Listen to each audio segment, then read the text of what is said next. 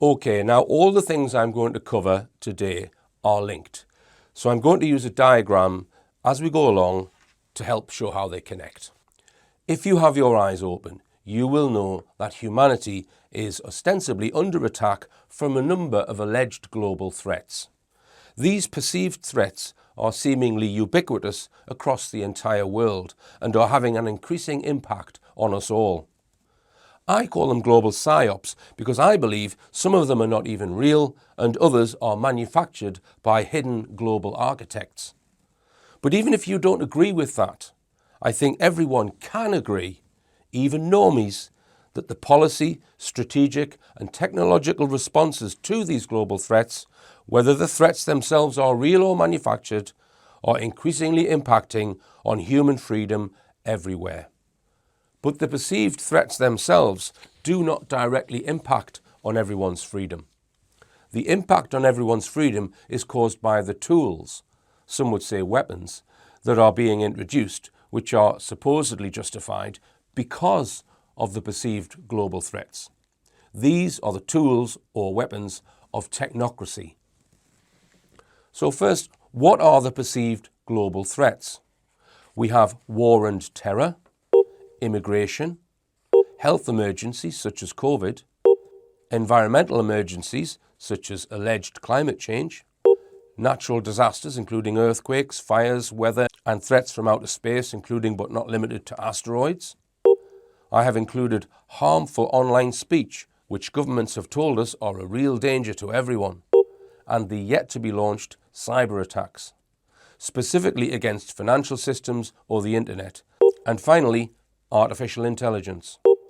The human freedoms that these perceived global threats are impacting on are freedom of speech and expression, freedom of movement, i.e. to go where you want to, freedom of trade, i.e. to buy or sell what you want to, freedom over what you are allowed to own, freedom of consumption, i.e. the right to put into your body whatever you wish or exclude from your body whatever you wish in order to remain healthy, freedom of assembly, i.e. to be able to meet with whoever you want, whenever you want, freedom of thought, freedom of being, i.e. of being human and not being modified in any way, freedom to reproduce, freedom to exist, i.e. to stay alive and not be killed, and finally, the freedom of time.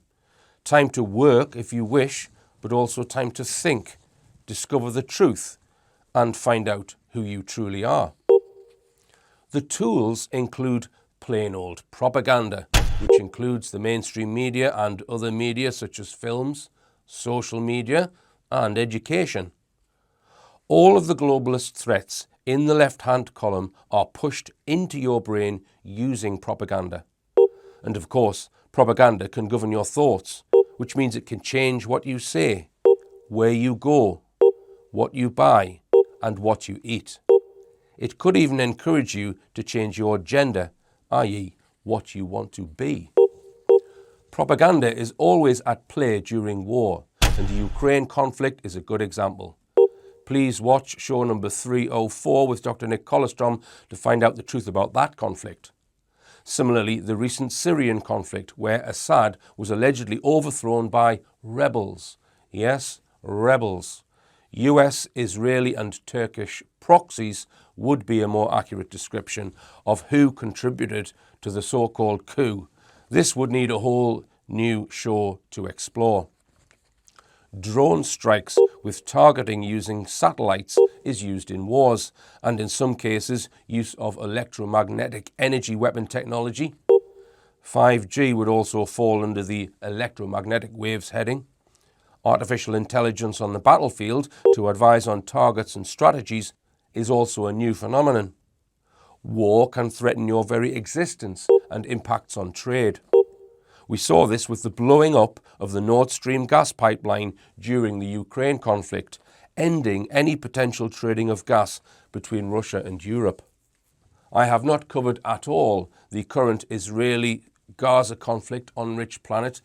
That again would require at least an entire show. Iain Davis argues that the Hamas October the 7th attack on southern Israel was a lie-hop false flag. In other words, it was allowed to happen on purpose. Everything that followed, including the genocide in Gaza, stems from that false flag attack. Iain Davis states that Israel, it seems, while pursuing its greater Israel ambitions, is also unconcerned about incurring the apparent wrath of the UN or the International Criminal Court. Nor does it seem unduly concerned about the calls for restraint from the US administration. Israel is notably a key regional partner in China's Belt and Road Initiative. China and Russia, alongside other BRICS nations, are leading the charge to establish a so-called multipolar world order. This promises to reinforce the global governance of the United Nations. It seems likely that it will be the United Nations that will ultimately broker any deal when Israel is ready to comply. One of the first things Russian Foreign Minister Sergei Lavrov did after Russia suddenly pulled out of Syria was highlight the need for more multilateral, meaning multipolar, United Nations decision-making in enforcing ceasefires and post-conflict resolutions that should, he suggested, be more binding. Genocide committed by the State of Israel appears to be part of a global power realignment. Now, the UN is omnipresent throughout this chart, and it seems to me is masquerading as a 21st century god of planet Earth.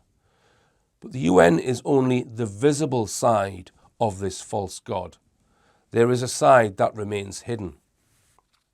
Now, I would say that all the major conflicts on the earth have been created by this hidden side, and they are collectively the globalists.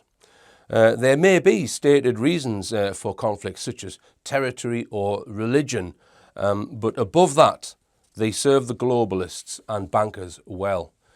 In every war, governments spend huge amounts of money on weapons, which they pay for through taxation and loans. Paying for this burden ultimately falls on the public, who have to enslave themselves to pay the bill, and also to rebuild the countries that are unnecessarily destroyed. This increased burden of work impacts on the amount of spare time you have, or when you can retire, and via so-called finance, it puts the power into the hands of globalist bankers. In the UK, perceived terrorism has been used as the justification to bring in a new law called Martin's Law, which will affect your freedom to assemble without being strip searched. And another new law is being proposed, which is linked directly to my legal case and would impact on freedom of speech and expression, especially that of journalists. If you voted for Brexit, did you do it because you were concerned about immigration? Do you remember me saying that voting in the Brexit referendum was like being asked which dog turd you'd like to stand in? I think I might have been right. Brexit did not reduce immigration. The Conservatives did not reduce immigration. And Labour isn't reducing immigration. The issue cannot be solved by a UK domestic political party or policy. No government of the UK can reduce immigration, because the UK government and its leaders are quislings who are subservient to globalist power. Now, the word quisling relates to the Second World War. It's the name of the Norwegian... It was Vidkun Quisling. When Hitler conquered Norway, he appointed Vidkun Quisling, a Norwegian, as president of Norway. And Quisling now has come to be known as the depth of treachery. Because the old Nazis, Hitler's Nazis, were at least fighting for their own country. The Quislings, from the name Vidkun Quisling, are traitors to their own country. That's the difference. And there are many such in Britain today. Okay, so you think there's people in Britain today are Quislings? Very much so. Right. Okay. So are you saying that they're Nazis? Worse than Nazis, because the Nazis were honest. The Nazis said we're going to exterminate the Jews, the gypsies, the homosexuals, the disabled, the mentally disabled, and if you aren't one of the white Aryan race, you'll have no rights at all. So we knew we were with them. Right. So there was a degree of honesty. The Quislings who now rule Britain claim that we lived in democracy with human rights and the rule of law. We have none of them.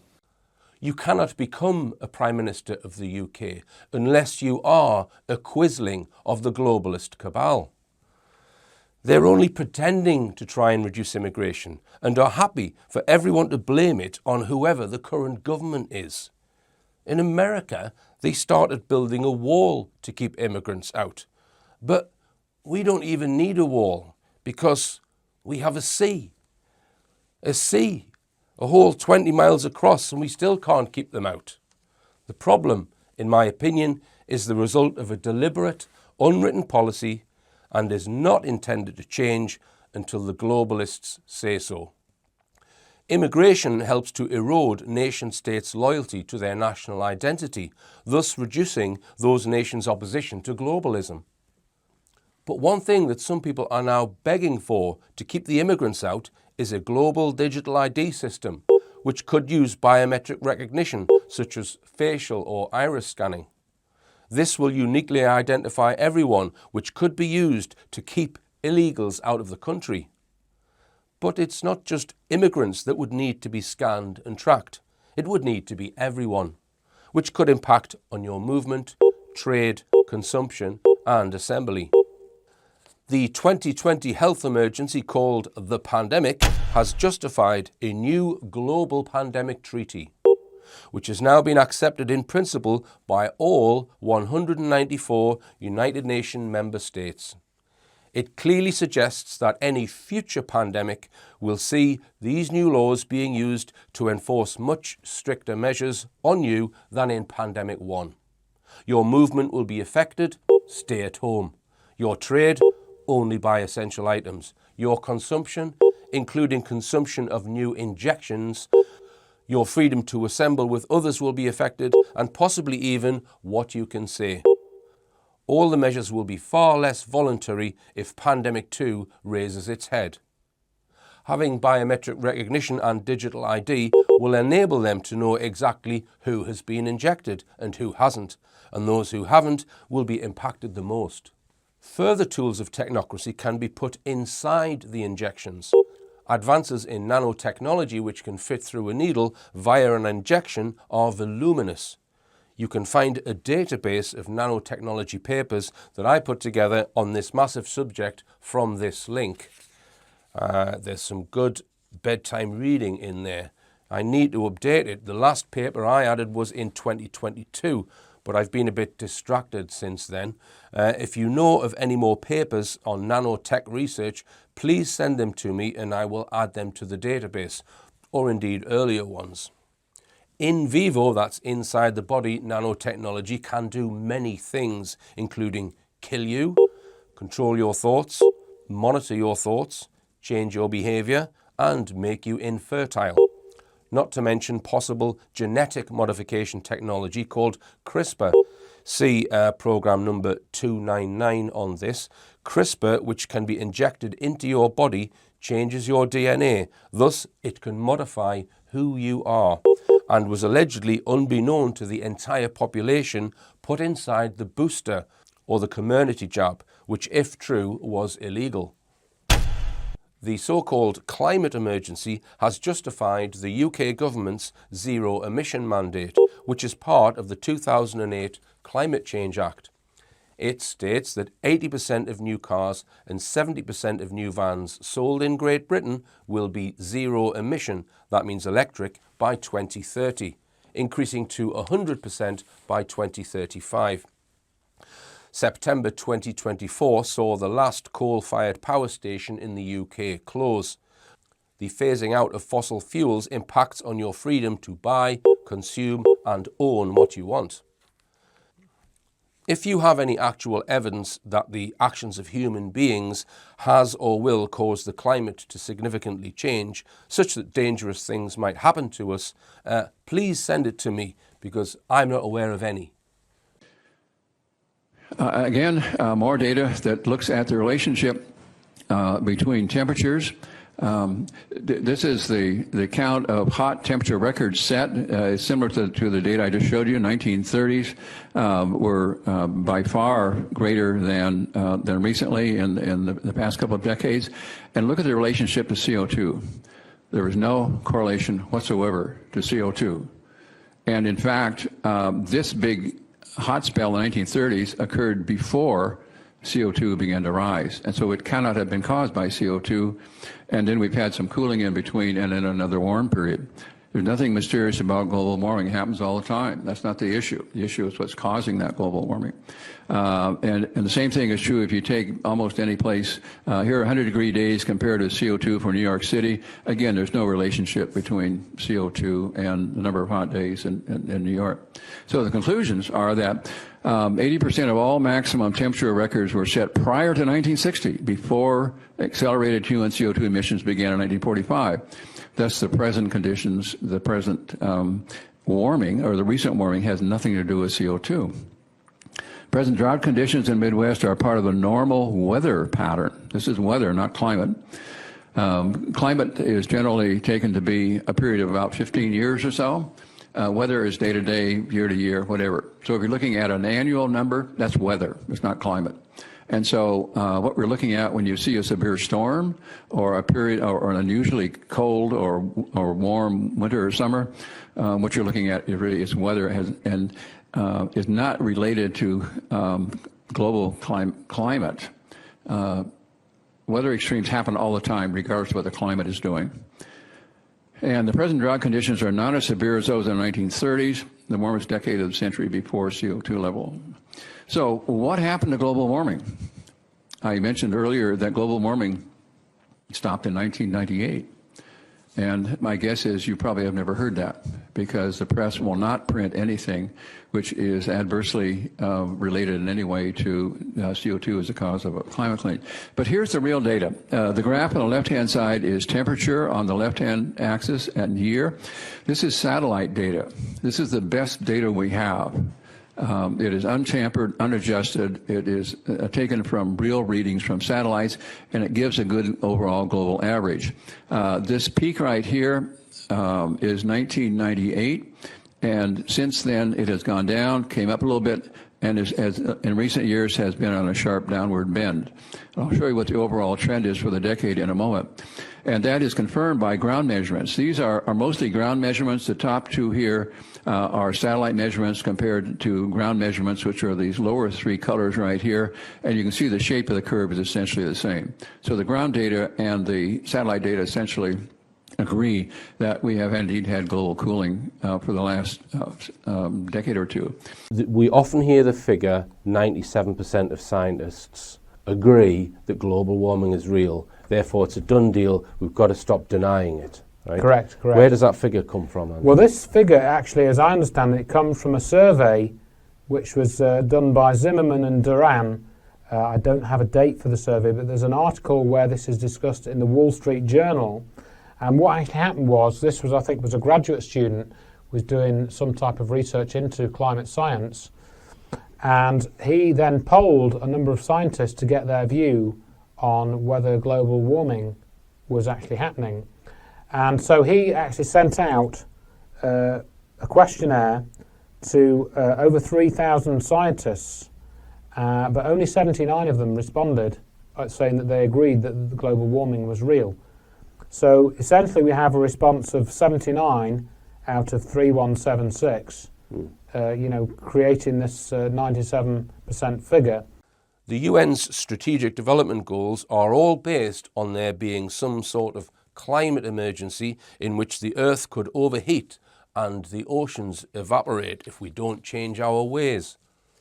In order to force us to change our ways, the government, following orders from the United Nations in June 2019, committed the UK to reducing net greenhouse gas emissions by at least 100% by 2020 compared to 1990 levels.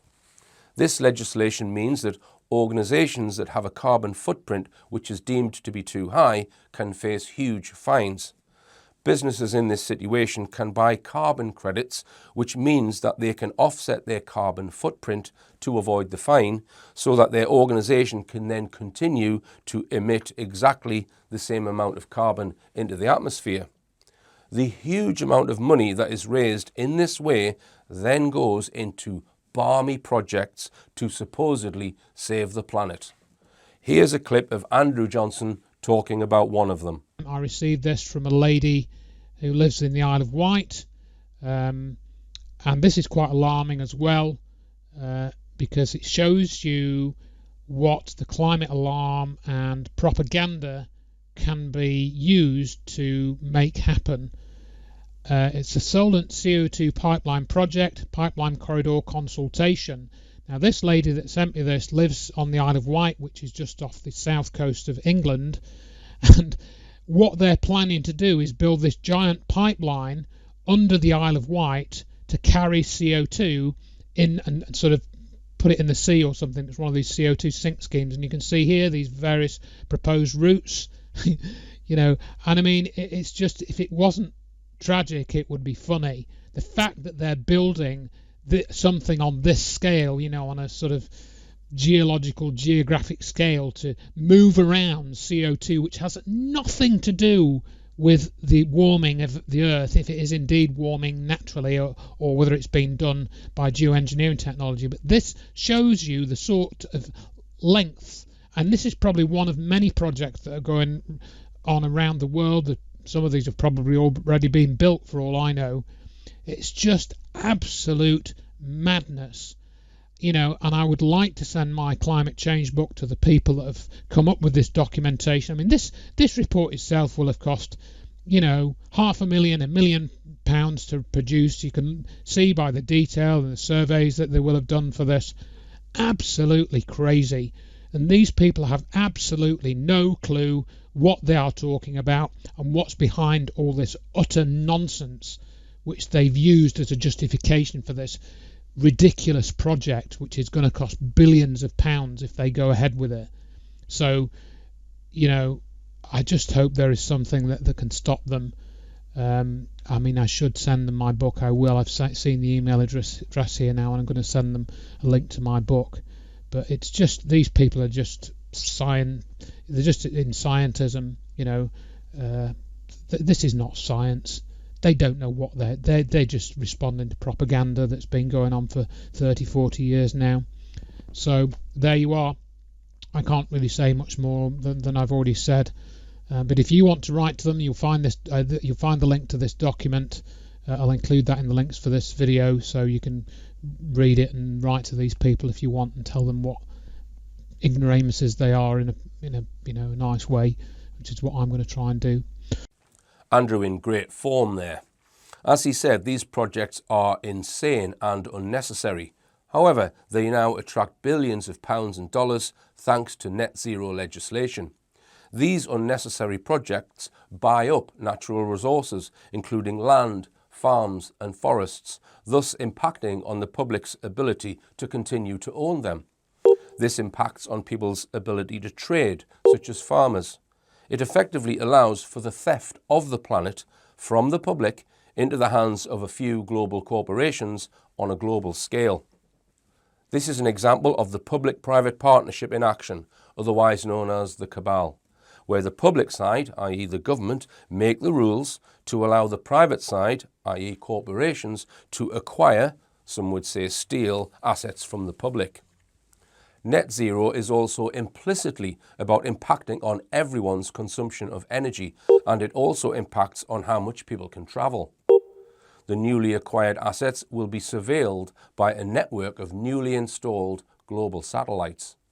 Here is an audio clip from Whitney Webb, who gives an excellent summary.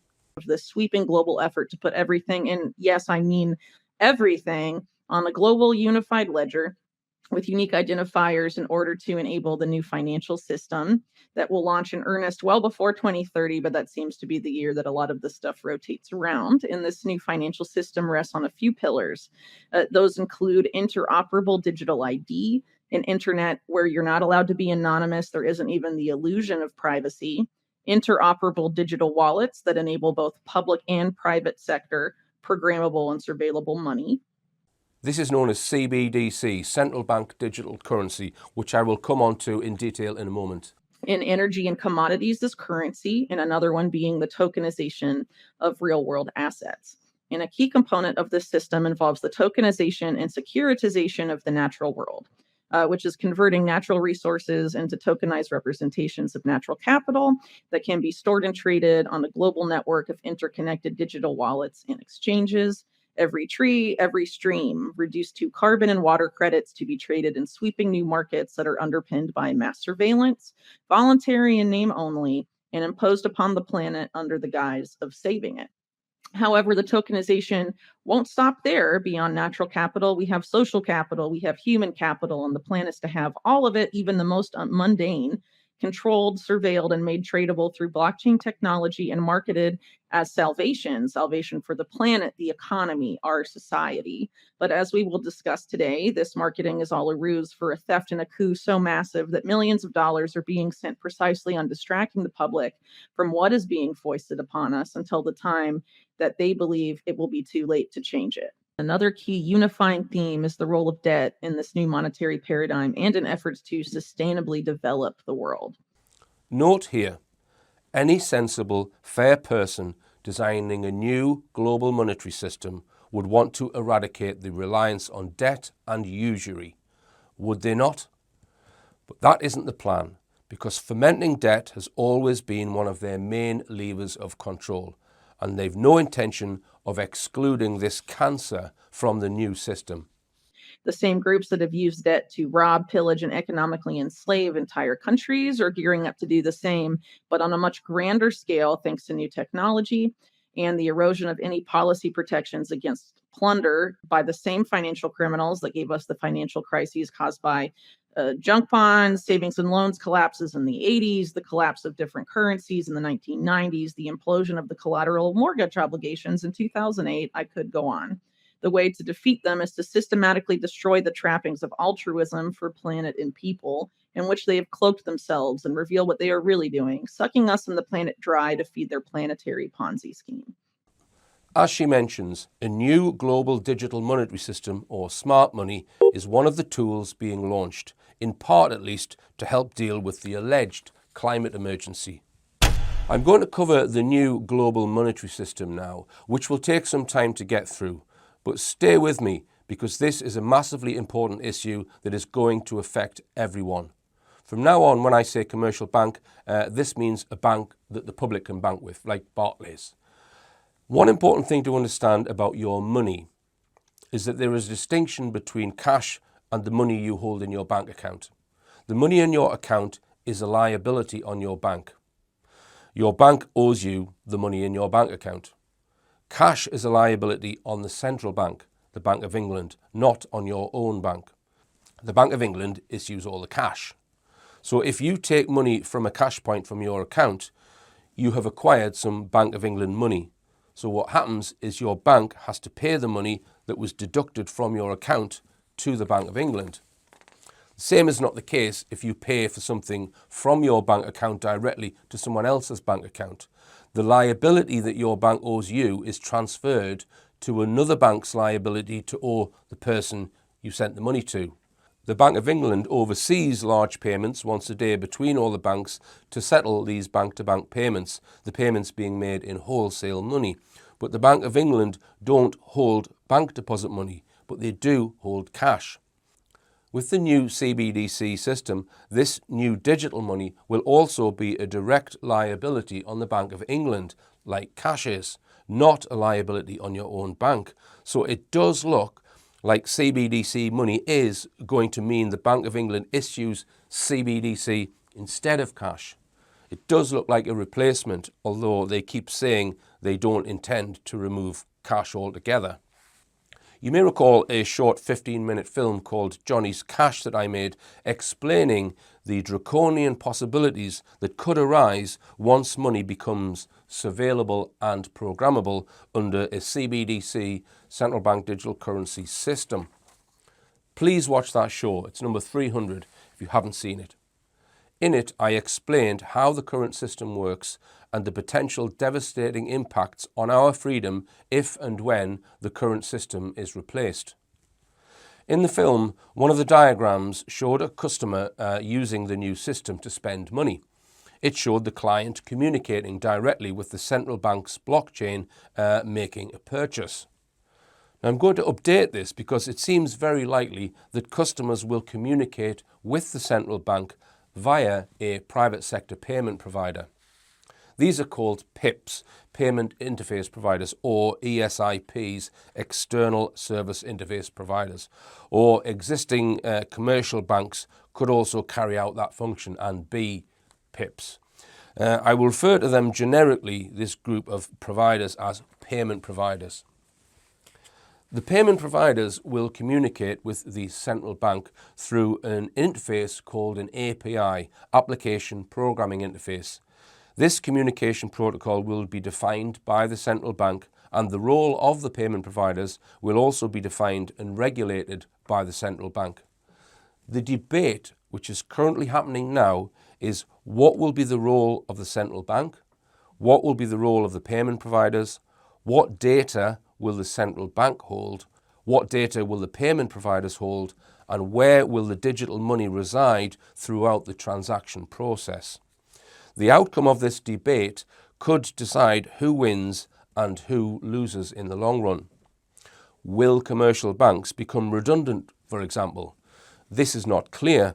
It appears that in the West, at least, there is a dichotomy or a struggle between the public sector central banks who want control of the programmability of money to be able to directly control society, and the commercial banks who want to continue to rob the public of their wealth using usury, which the new CBD system could threaten. Understanding the new system is not easy, not least because those who are championing it, the central banks, are neither fully decided on exactly how these systems will operate, nor willing to disclose their plans in full. Though we do get heavy hints, and you're not going to get any analysis of what is going on by watching mainstream media. In fact, there has been very little public interest in it, because most people haven't heard of it or haven't got a clue what it is. This was illustrated by the Bank of England itself. In February 23, the Bank of England produced 2 consultation papers that anyone could download and read, which asked for feedback and opinions. Then in January 24, they produced a summary of responses they received from the 2 consultation papers. Here is a cross-section showing who responded. Now, civil society is things like churches and social groups, and then we have technology, trade bodies, consultancies, financial services, think tanks, retailers, etc. There's not much feedback from the public there, is there? And their second consultation paper, which was more technical, doesn't mention the public at all. It is the public that should be most concerned about these changes. But your average member of the public doesn't go digging around the Bank of England's website just in case they decide to completely change the fundamental nature of their own money. They didn't, for example, send out a national letter to all citizens informing the country about the proposal to reinvent money. You have to realise this is a fundamental change that is coming. To give an analogy, it's like saying we're going to introduce a different type of gas in the national gas supply network. We're not sure how well this gas will work, but we're going to switch you onto it and get the entire nation to test this new funny gas out. Now, can you imagine if they did that? It would be the main topic of conversation in every pub in Britain. But no one in my pub even knows what CBDC is. And this is a good analogy between money and energy, because they are doing similar things with both. Now, currently, money and energy can be owned physically by yourself. By physically, I mean something you can handle and store. With money, you can own and store cash. With energy, you can own and store fuel in the form of coal, wood, diesel, and petrol. Now, cash and fuel cannot be tracked by the government. The government cannot know how much you have or when it changes hands. With digital money and with electricity, they are both invisible. They cannot be held in your hand or physically stored. You can store about 1 day's worth of electricity if you have a £6,000 battery. The movement of both digital money and electricity can be closely monitored, and an individual has no real capacity to prevent them from either being switched off or rationed. The same is not true of physical assets. The introduction of CBDC is a move away from physical ownership. Having possession of real physical things gives you autonomy and freedom. If you had a year's supply of money and fuel, cash and fuel, you'd be autonomous for that period and far more difficult to control. These measures are not about saving the planet. They are about control. Monitoring of your money with a CBDC system and your energy with smart meters in real time is the feedback that is required for a closed-loop control system. The main issue which concerns me and thousands of others who do know what CBDC is whatever flavour is introduced, the system could have the capability to make money fully surveillable and fully programmable. By surveillable, I mean that every single thing you buy or sell, how much it cost, when you bought or sold it, where you bought or sold it, who you bought or sold it to, could be recorded in real time on one central computer system and remembered forever by that system. And by programmable, I mean that any condition or incentive could be imposed on any transaction to stop you buying things that the system deems undesirable or incentivize you to buy things you don't need. Make no mistake, the programmability aspect could be used to engineer the human behavior of the entire world, the ultimate in social engineering. It's important to understand the use of blockchain in these systems. The introduction of Bitcoin blockchain in 2009 brought about a far more democratic way of making payments between people. Blockchain is a type of distributed ledger technology. A distributed ledger is just that. Everyone who is using Bitcoin can see the ledger, which shows all transactions between all wallets, which is shared across 9,000 nodes. The Bitcoin ledger is also permissionless, meaning that anyone can join the network to be involved in verifying transactions.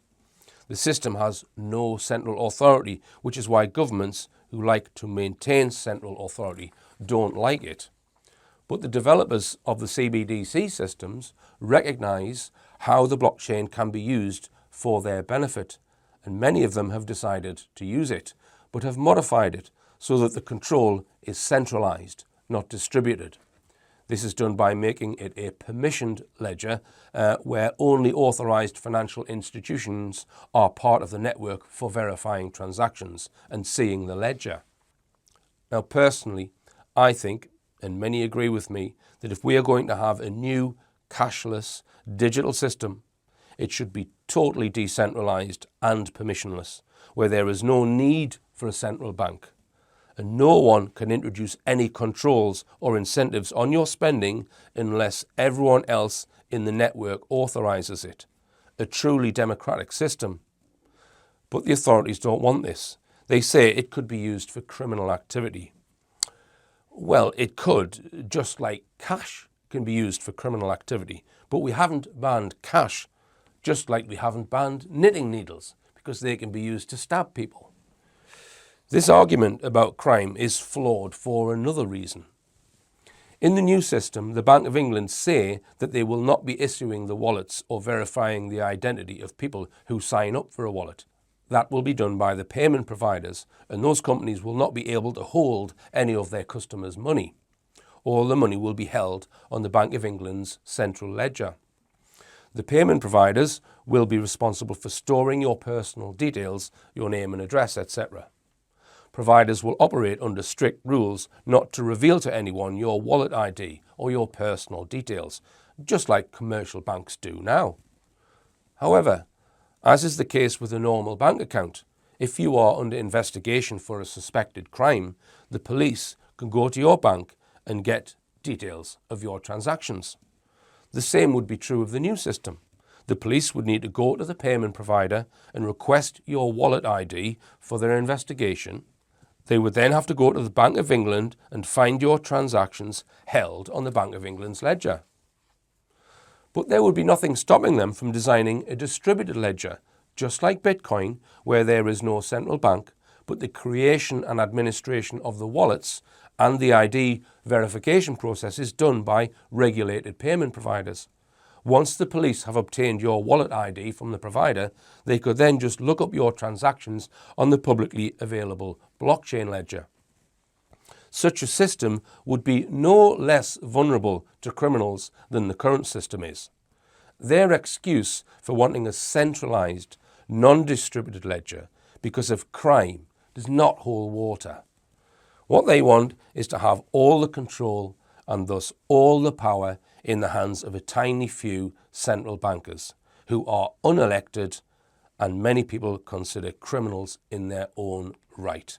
Bitcoin doesn't have a central bank, and no monetary system needs a central bank. No monetary system needs central bankers. We could do away with all the bankers.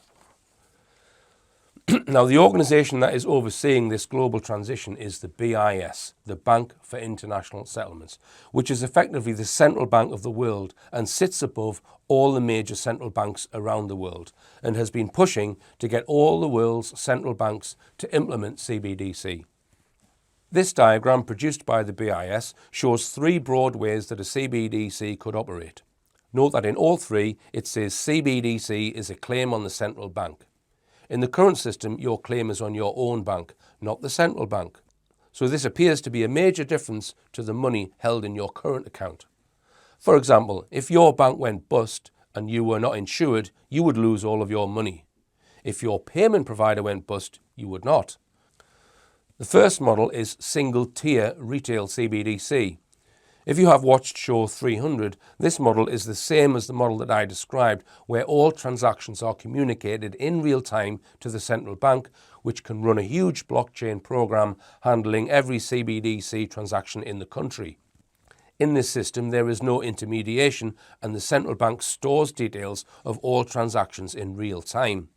The system would provide the most comprehensive tracking and programmability for the central bank, but could be bad news for the commercial banks because their role would be seriously diminished if people moved all of their bank deposits into CBDC. The second system is the two-tier hybrid system. We see it states central bank periodically, e.g. hourly, records retail balances. So this system is centrally surveillable because it is recording and storing all the public's transactions centrally, but not in real time, only hourly. The central system wouldn't know what you are doing exactly at the time you are doing it, like the first system does. Any restrictions would need to be pre-programmed into the payment provider's systems if real-time restrictions were to be used. The third system in their diagram is intermediated. In this system, we still have intermediation, and it functions similar to the current banking system. We see that it says central bank records wholesale balances, i.e. the balances between the payment providers.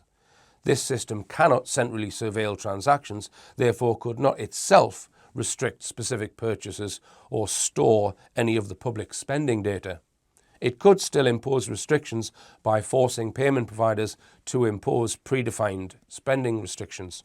These systems all have different impacts on the existing commercial banks, but the diagrams are not discussing lending.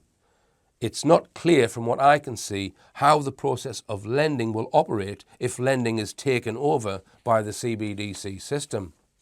Lending is the commercial bank's holy cow and allows them to make money out of nothing. So if it is moved into CBDC, the commercial banks would want it done in a way that allows them to still make money out of nothing. One of the main architects of these proposed systems is Augustin Carstens, who was the BIS's general manager. In October 2020, he appeared in an IMF annual meeting.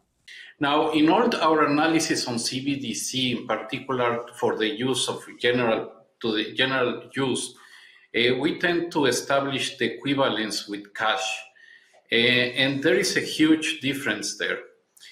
For example, in cash, we don't know, for example, who's using a $100 bill today. We don't know who is using a 1,000 peso bill today. A key difference with the CBDC is that central bank will have absolute control on the rules and regulations that will determine the use of that expression of central bank liability. And also, we will have the technology to enforce that. Those two issues are extremely important, and that makes a huge difference with respect to what cash is. So that was quite clear. We don't know who is using a $100 bill today. By this, he means that the new centralized system will know who is spending money, what they spend it on, and when they spend it. Then he said, the central bank will have absolute control on the rules and regulations that will determine the use of that expression of central bank liability. By central bank liability, he means your money, right? So in 2020, he was clear, CBDC is intended to be surveillable and programmable in real time. However, since then in 2020, I have not been able to find that he has continued to say this. And what he said then is in complete contradiction to what our own central bank, the Bank of England, is saying now. They have categorically ruled out that money will be programmable. But let's have a look at what some other central banks are saying before I come on to the Bank of England. In 2022, Bo Li, who is the former Deputy Governor of the Bank of China, and he is the current Deputy Managing Director of the International Monetary Fund, he spoke at the Central Bank Digital Currencies for Financial Inclusion Conference, and he said this.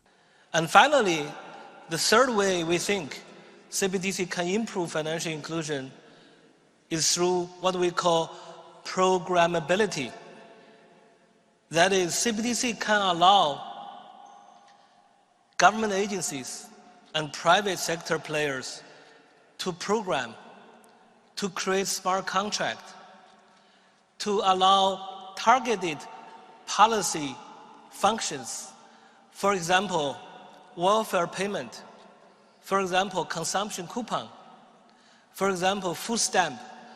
By programming CBDC, those money can be precisely targeted for what kind of people can own and what kind of use this money can be utilized. For example, for food. So this potential programmability can help government agencies to precisely target their support to those people who need support. So that way can also improve financial inclusion. Gee, thanks, Mr. Bo. So you're going to issue me with some money that I can only spend on tofu. You're such a benevolent guy. Now, Bo Li was representing the IMF when he said this, so his comments could apply to the whole world, not just China. In 2023, Christine Lagarde, who was a convicted financial criminal, and she is chairwoman of the European Central Bank, she said, a CBDC issued by a central bank would not be programmable. So she's ruling it out. It would not be associated with any particular limitation, either in time or by the type of use. In my opinion, it would no longer be a CBDC, but a coupon. So I think she's saying there that as soon as you start programming and putting conditions on money, it's no longer money, it becomes a coupon, which is a good explanation. This money is not going to be money, it's going to be coupons, which can expire or only be taken by certain places, etc. So remember that word. What they're bringing in is coupons, not money. She then said, those who can program the CBDC are the intermediaries, that is, the private banks. So she's passing it down to the payment providers. It's their job. They know how to do it. But if we have to say a euro is a euro, whether it's cash or digital, then for us, it can't be programmable. It can be associated with conditionality, which is different, but it cannot be programmable. So according to her, in the EU, the money will not be programmable by the central bank, but payment providers will be able to do that, but on the basis that you agree to it being programmed in a contract.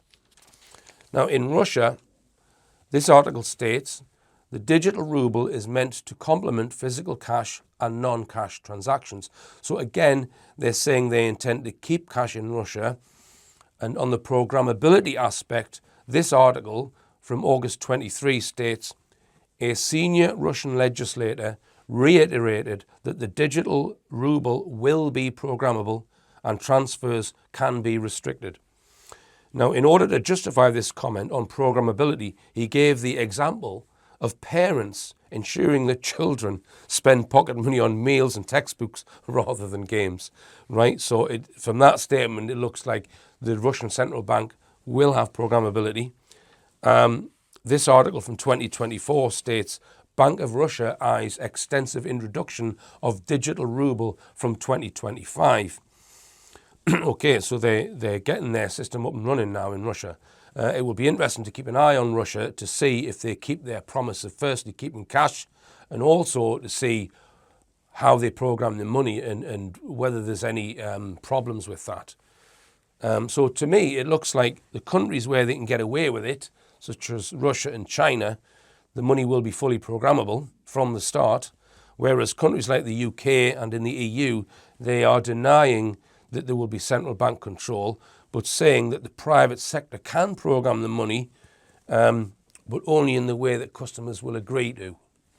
Because when you sign up for the wallet, there'll be certain conditions to get that wallet, which might include programmability.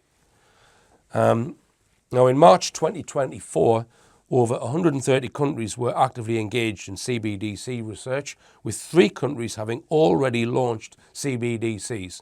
So the countries that have launched them already are the Bahamas, Jamaica and Nigeria. The Bahamas has a population of under 500,000 and Jamaica just 2.8 million. But Nigeria is a different story because it's a much larger country with a population of 224 million. And it appears to be the first major guinea pig in this global transformation. So they've used Nigeria to test this new system. Now, the Central Bank of Nigeria, the CBN, decided to implement the 2-tier hybrid CBDC system that I described earlier. And there are just 24 commercial banks in Nigeria as opposed to over 300 in the UK, but far more people. As I said, 224 million as opposed to 68 million in the UK. Perhaps they chose Nigeria because there are fewer banks, only 24 commercial banks. Or perhaps it's down to neo-colonialism, who knows. So how did it go in Nigeria? The government's aim was to use the new CBDC money to facilitate the total removal of cash from the economy. So that was their objective. This was to be done on a voluntary basis. So they tried offering incentives to get people to start using the new money, but these were largely unsuccessful. Note that people still had their existing bank accounts containing money as normal. This is an additional wallet app that you would sign up for that would appear on your phone or your tablet or your computer that you can move money into and spend in retail outlets from a wallet which is a separate entity to your existing bank account.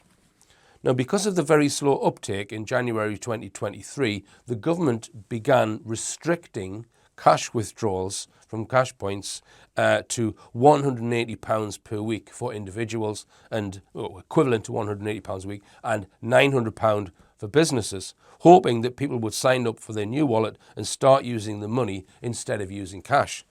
But this backfired when instead people took to the streets to protest at the nation's cash shortage and opposed the adoption of the new CBDC system. These protests were not just because people missed their cash. Many of them were fully aware of the risks that the new money presented to their financial freedom. So in Nigeria, they haven't got anywhere near the point where the system could be used to start tracking and controlling society or the economy. Not enough people agreed to use it. However, the Nigerian experiment did help those who are planning this global project to fine-tune their sales pitch to the rest of the world. Now, turning to the United Kingdom, on page 13 of the Bank of England's consultation paper, this is what they say. It should be seamless to exchange digital pounds for cash and bank deposits and vice versa. This would enable people to move money between accounts. £10 of cash or bank deposits could be exchanged for £10 of digital pounds, and £10 of digital pounds could be exchanged for £10 of bank deposits or cash. If new non-bank forms of payment such as stablecoins emerge, they would be required to be exchangeable with the digital pound. Page 29 of the Bank of England's response document reads, as set out in the consultation paper, neither the bank nor the government would program the public's money or control their spending. Nonetheless, respondents raised concerns about the ability of future governments to program their money. As explained below, actions are being taken to reassure the public with the intention to put appropriate safeguards in place to preclude a digital pound from being made programmable by the bank or the government in the future. No PIP, that's a payment provider, would be able to program users' money or limit where and when it could be spent unless at users' request. Right? This echoes what Christine Lagarde said, who's the boss of the European Central Bank. Page 31 reads, given the feedback received on programmability, the following actions will be taken forward. As with privacy, legislation introduced by the government for a digital pound would guarantee that the bank and the government would not program users' digital pounds.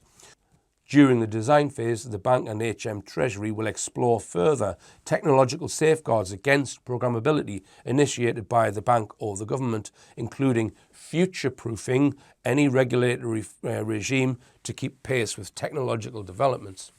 At page 46, it reads, some civil society groups raised concerns that programmability could be a means for the government to restrict payments and impose controls on how digital pounds are spent. They worried that future governments could program money or pressure payment providers to program money on their behalf. As set out in the consultation paper, a digital pound would not be designed to enable government or central bank-initiated programmable money. In their technology paper, the Bank of England wrote this: central bank-initiated programmable use cases are not currently relevant to the Bank of England and HM Treasury's policy objectives for CBDC. Further, this functionality could damage the uniformity of the CBDC and cause user distrust. Now, the word currently in that sentence, just consider this, should not be necessary. If there was no possibility that this could change in the future, the word currently, why didn't they write central bank initiated programmable use cases are not relevant to the bank and HM Treasury's policy objectives for CBDC? Why did they say not currently?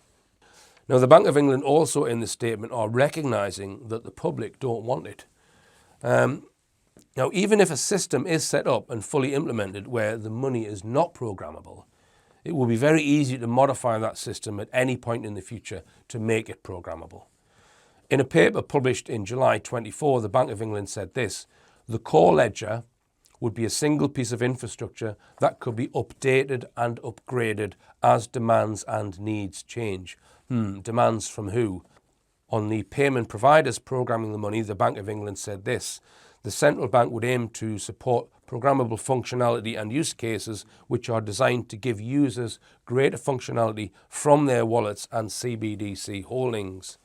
These functionalities would be implemented by PIPs, that's payment providers, and ESIPs, and would require user consent. PIPs could implement some of these features, such as automated payments and programmable wallets, by hosting the programmable logic and updating the core ledger with the result via the API. But other features such as payment versus payment, delivery versus payment, and smart contracts might require additional design considerations. In those instances, the bank would only provide the necessary infrastructure to support PIPs and ESIPs to provide these functionalities.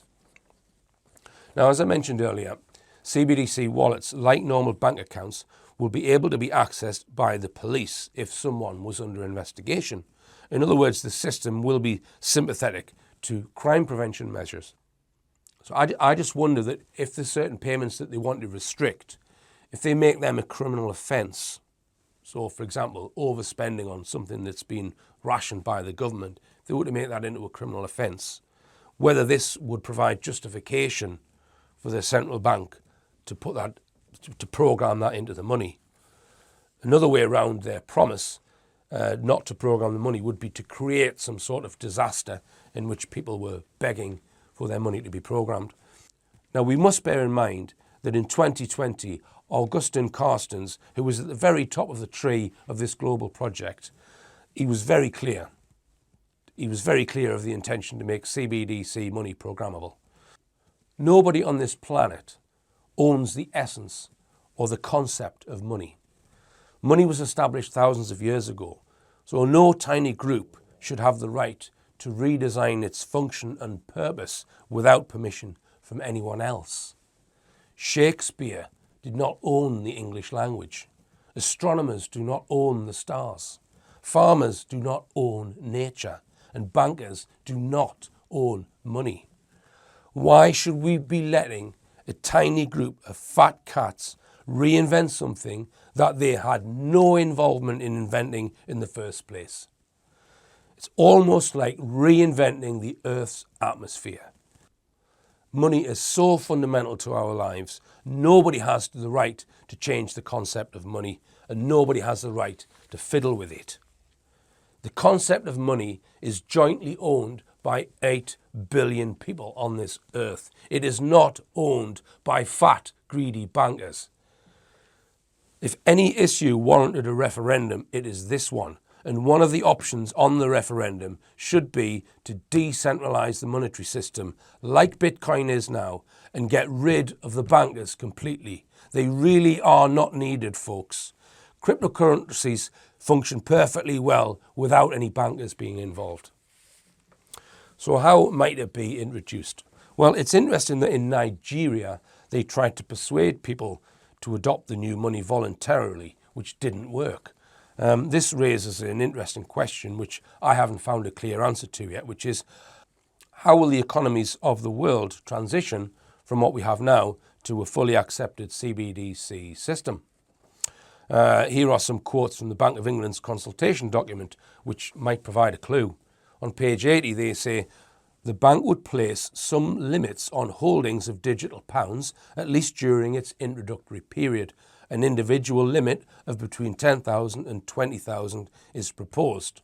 So initially, you'll not be able to have more than 10 or 20 grand in your wallet, if you've got 10 or 20 grand. Users may want to use their digital pound wallet to receive their salary, which may vary over time and may include bonuses or overtime payments. A limit of £10,000 would allow 75% of UK income earners to hold their salary pre-existing balances, as well as an illustrative 10% bonus or overtime payment. Incomes vary by region, age and gender, so a limit could be more restrictive for some individuals than others. A £20,000 limit would allow 90% of income earners in the UK to use their digital pound wallet to receive their salary. That would improve usability, but less effective at curbing outflows from bank deposits. So the words users may want to use their digital pound wallet to receive their salary. Now that suggests that people will be able to choose to be paid in CBDC, but surely this would be a decision by their employer or between the employee and employer. Now there are some huge employers in the UK, the NHS being the largest. If the NHS were to start paying its employers in CBDC, that would create a snowball effect, and before long, most people in the country would be handling the new money to some degree. Also, we are very accustomed to card payments for even the smallest amounts now, and cash machines have been quickly removed from our streets in recent years. We are certainly being primed for a cashless society. Another promise we need to be wary of, made by the Bank of England, is that they have clearly stated that they do not intend to remove cash altogether. But if they bring this in the way I've just described, the use of cash will diminish significantly. They say UK authorities are committed to ensuring continued access to cash. Measures to protect retail access to cash and the supporting wholesale distribution services are being introduced in the Financial Services and Markets Bill. But while we ensure continued access to cash, we also have to recognise that it cannot be used in digital transactions, which are becoming an increasingly important part of daily life. This sounds to me like they are hoping that the use of cash will just fizzle out due to public preference, so they don't have to actually force people to stop using it. There's also a cost to small businesses for banking cash. The trajectory is already towards making cash as inconvenient as possible. So their document goes on. The digital pound is for retail payments and not for financial market activity. The most direct way of maintaining a retail focus would be to restrict which types of business could hold digital pounds. In practice, distinguishing which type of business should or should not have access to the digital pound is challenging. Sounds a bit half-cocked to me. Now, if there was a slow uptick, like in Nigeria, making interest payments on CBDC accounts would encourage the public to start using it. Now, this is not their stated plan, but it is something that they could do. In fact, another possibility is that the opposite could happen as to what happened in Nigeria. People may become less confident in their existing bank money and also suspect that cash is going to become obsolete, causing millions to move their money into CBDC from their existing bank account. This could cause a rush on the banks and a banking collapse, which is why they talk about being cautious when they're introducing it. So if there was a rush on the banks, it's possible that all your money's gone before you can transfer it out. This is what they say. Unlike cash, the amount of digital pounds an individual or business could hold would be subject to some restrictions, right? So maybe that's why they're doing it, during an introductory period at least. This would ensure a smooth introduction without unintended consequences for the monetary or financial stability. Those restrictions would still enable individuals to use the digital pound for their everyday transactions, including receiving their pay. It would be for a further decision in the light of experience whether those restrictions should be made permanent. It seems then that the old and the new systems would need to run together, functioning at the same time for at least some period, if it was to be done smoothly without upheaval or a crash. We've seen that the Bank of England claims that CBDC will not be programmable, but they essentially admit it will be surveillable. So it seems that if and when introduced, you would continue with your normal bank account at the same time, at least initially, and commercial banks would continue to provide loans, mortgages and cash, at least initially. All right, so looking now at another global threat on the chart we see is natural disasters.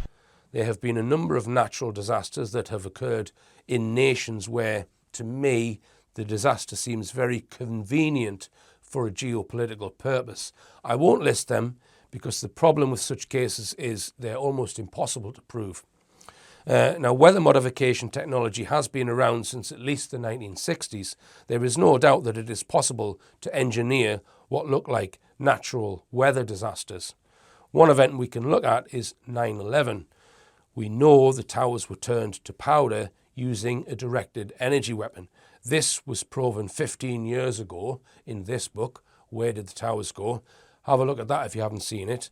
But there was also a very interesting hurricane that day, fairly close to New York, which moved into position. It then stayed off the coast of New York during the exact period when the towers were being turned into powder. After the towers had been turned into powder, the hurricane made a right-hand turn and disappeared. On the one hand, we've got this understanding when we looked at this that the whole global warming and climate change thing is a scam. That is just a scam based on the evidence that you can find out separately from what's put in the mainstream. And we have all the evidence from 9/11, which not only shows that an energy technology was used, but as we were talking earlier and we've covered before, there was this Hurricane Erin, which moved up from the Atlantic, hit Bermuda on the 7th of September, headed straight towards New York, and then on the 12th of September, it made a right-hand turn and moved off out towards Newfoundland, coincident with the events of 9/11.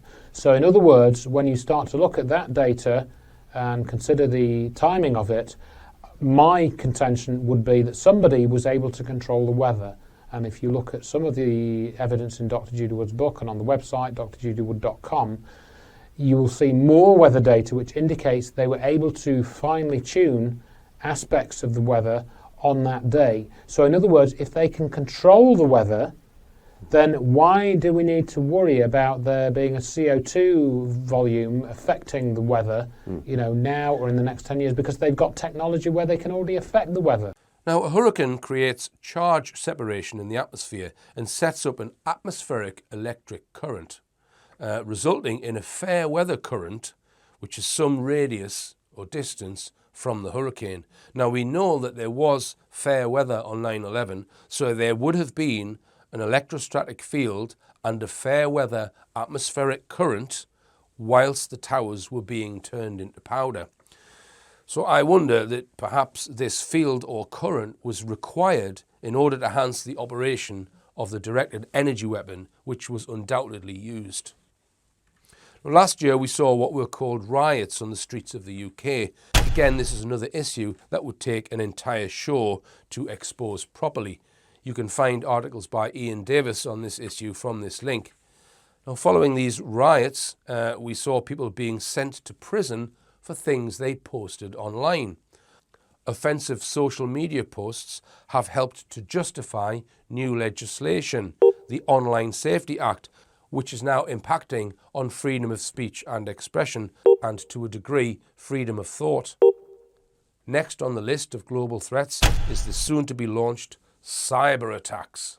So we have to be absolutely vigilant in that as a government, but also in businesses and wider society to protect against those cyber hacktivists. It's that unseen risk that a leading member of the government will emphasise at a NATO conference on Monday. In his speech, Pat McFadden will leave no doubt that the threat is real, that a Russian cyber attack has the power to switch off the lights for millions. He'll also make clear to his audience at Lancaster House that such attacks are being countered both publicly and behind the scenes. The capacity to disrupt has already been seen. It may be a hidden war, but the message is clear. Its potential impact must not be underestimated. When the first major cyber attack occurs, you must believe none of what you hear and question everything you see, especially about who perpetrated it. Anyone who has the technical ability to cause a cyber attack also has the capability of hiding their identity. If they blame any such attack on a nation state such as Russia, Iran or China, then you know it's probably bullshit. Such attacks will play into the hands of those who are pushing for digital ID and biometric recognition. It may also pave the way to bring about the end of online anonymity. And now to the much misunderstood subject, artificial intelligence. Again, another entire show would be required to delve into this murky phenomenon. Now, I just want to explain a few things first before we go into this clip with Elon Musk. I've said this in a previous lecture. Now, I worked for a company called Rolls-Royce Industrial Controls, and I worked for many years on industrial control systems. So, designing control systems for motorways, electronic message signs, also for power stations, some of them nuclear. I also worked on the Trident program. So this was a system which lifted the Trident missiles into a submarine. So I have got a lot of experience of how control systems are designed.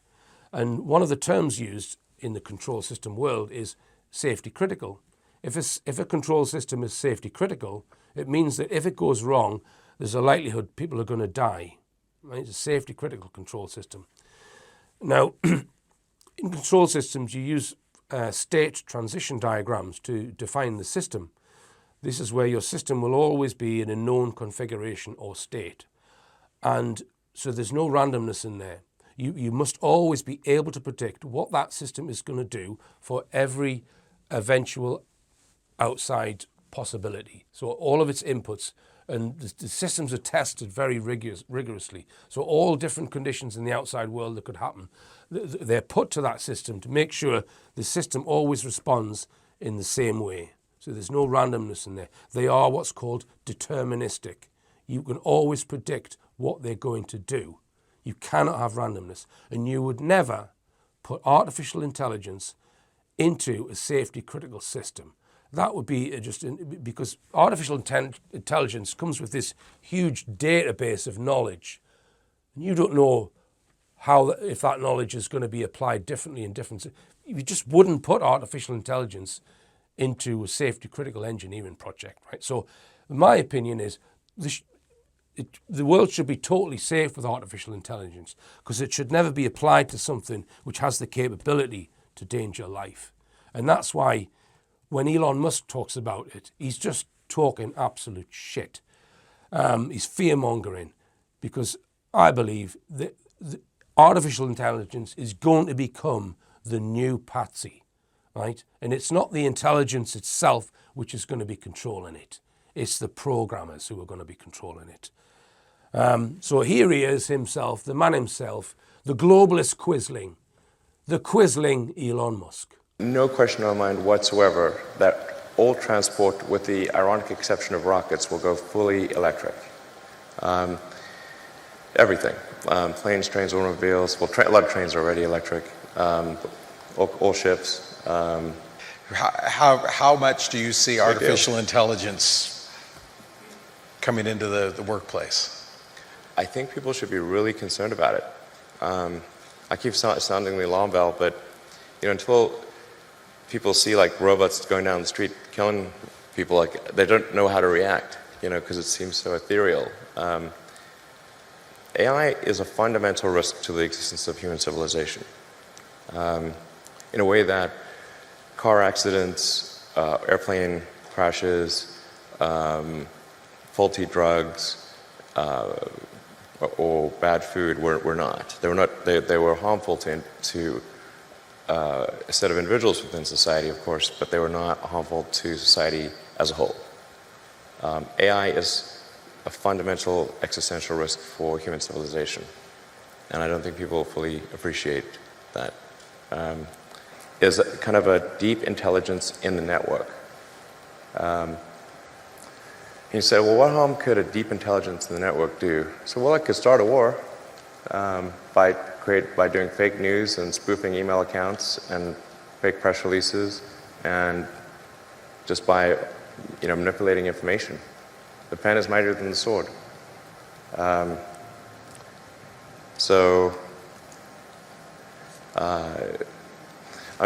an example, I want to emphasize, I do not think this actually occurred. This is purely a hypothetical that I'm digging my grave here. But there was that second Malaysian airliner that was shot down on the Ukrainian-Russian border, and that really amplified tensions between Russia and the EU in a massive way. Well, let's say if you had an AI that was where the AI's goal was to maximize the value of a portfolio of stocks. One of the ways to maximize value would be to go long on defense, short on consumer, start a war. And then how could it do that? Well, hack into the Malaysian Airlines aircraft routing server, route it over a war zone, then send an anonymous tip that an enemy aircraft is flying overhead right now.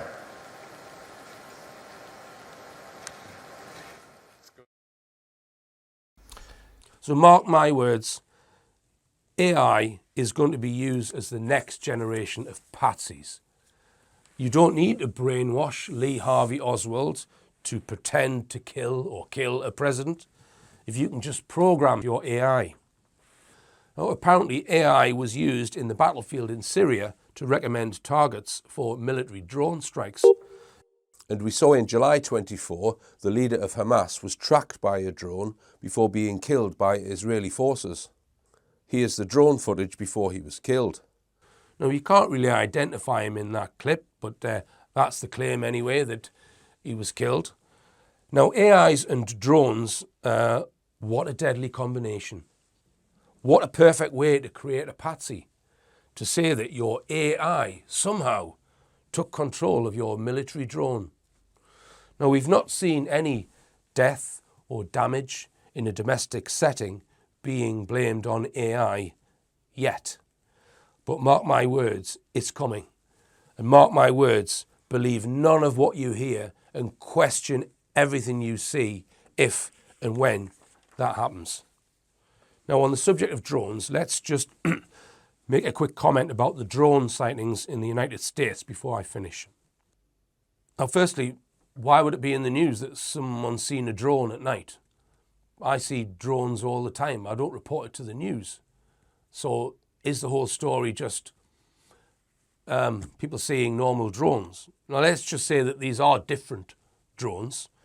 The first thing I would say to that is, well, they have the technology now to make anything appear in the sky that's not there. They've got that technology, right? Unless you can touch it with your hand or detect it on radar, you don't know that that's a real physical thing that you're seeing in the sky. But let's just go down the assumption that they are real drones that are unusual. They're larger than normal drones and nobody knows what they are. Donald Trump said the following: government knows what is happening. For some reason, they don't want to comment. I think they'd be better off saying what it is. Our military knows and our president knows. Trump declined to answer whether he had been briefed on the sightings and said he can't imagine it's the enemy.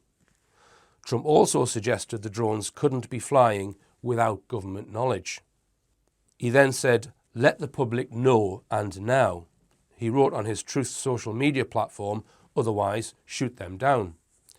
Now, reading between the lines, these comments suggest to me that Trump may well have been briefed, but only to say to him, we know what they are, but we can't tell you everything's okay. Trump actually said the government knows what is happening. And he said, for some reason, they don't want to comment. That suggests to me that he has been briefed, but not been told what the drones are. So if the military know what the drones are and won't tell the public, that sounds like it could be some sort of psyop. Why would someone want to spark huge public attention and create a huge mystery about unknown drones over a domestic setting, especially at night? Is it to acclimatise the public into accepting their permanent presence in the future? Is it to cement in the public mind that when drones do appear, it's not possible for anyone to know who is controlling them? That would be my preferred explanation, that it is predictive programming, in other words, making people believe that when drones do appear, it's often not possible to identify who they belong to or who's controlling them. This means that if a drone is used in a damaging scenario over a domestic setting in the future, people will more readily accept that you can't find who the perpetrator was. But I could be wrong. So will drones be used for nefarious purposes in domestic settings, for assassinations, for example? I don't know. But whatever happens, believe none of what you hear and question everything you see. So as I said, they could say that an AI has gone rogue and taken over a drone. It's a scary issue to finish on, but the global threats on this chart, the more people are aware of what's going on, the less these measures will work, the less these tools will work. So you can find a printable version of this if you want to download it and print it out and take it to your local pub and show people. Now, if you want to support my legal case, here's how you can do it. If you go to this page on my website, thanks again to everyone who has supported and funded me so far. I did not imagine that you would have supported me in the way that you did. I couldn't believe it. I owe everything to my supporters. And just to finish on a lighter note, rather than on a gloomy note, I saw this recently and it did make me laugh. So I thought I'd include it. It's a very interesting UFO sighting from 2011. Hello and welcome to our special spot. This is Kieran. Sir Kieran West. And my name's Bubba Lewis. This is the place that we saw the craft. It just suddenly appeared above the tree line, and I can only... By the rookery. By the rookery. I can only... And just to the left of the ancient ruin. Yes, and it had the shape of, I can only probably describe it best for you, as of a Dorito, a triangular shape. Actually, it was more, maybe, I'm sorry, Kieran, but it was more of the shape of a Dairy triangle. Well, Kieran, no, I'm not willing to accept that, because it's important that people realise the shape. It was a Dorito. It didn't have the thickness of a Dairy. Definitely a Dairy triangle. Would you be willing to compromise, Kieran? To what extent? I'd like you to compromise on saying it was like a segment of a Toblerone. But it was more like a Yes, but could we compromise on that? So it's above the tree line, triangular like the Toblerone. And then when it revolved, turned round, it had two reverse lights. Brake lights, reverse lights, we're not sure, are we, Kieran? There were two bright red spots, a little bit like the funny red noses from Red Nose Day. We joked at the time, didn't we? We joked, we said that there's Lenny Henry and Richard Curtis. We thought perhaps Lenny Henry and Richard Curtis were actually driving the craft. But of course it wasn't. Of course it wasn't. There's one extraordinary thing we've yet to reveal. What's that? That something was left behind by the aliens. Oh yes, just a moment. Would you like to fetch that? Because they left an egg capsule, I think we're going to call it, and here we can see it, Kieran there. This is a baby alien. Now, I'm not sure when I will be back with a new video. Hopefully it won't be too long, but until then, believe none of what you hear and question everything you see. I'm Richard D. Hall. Good night.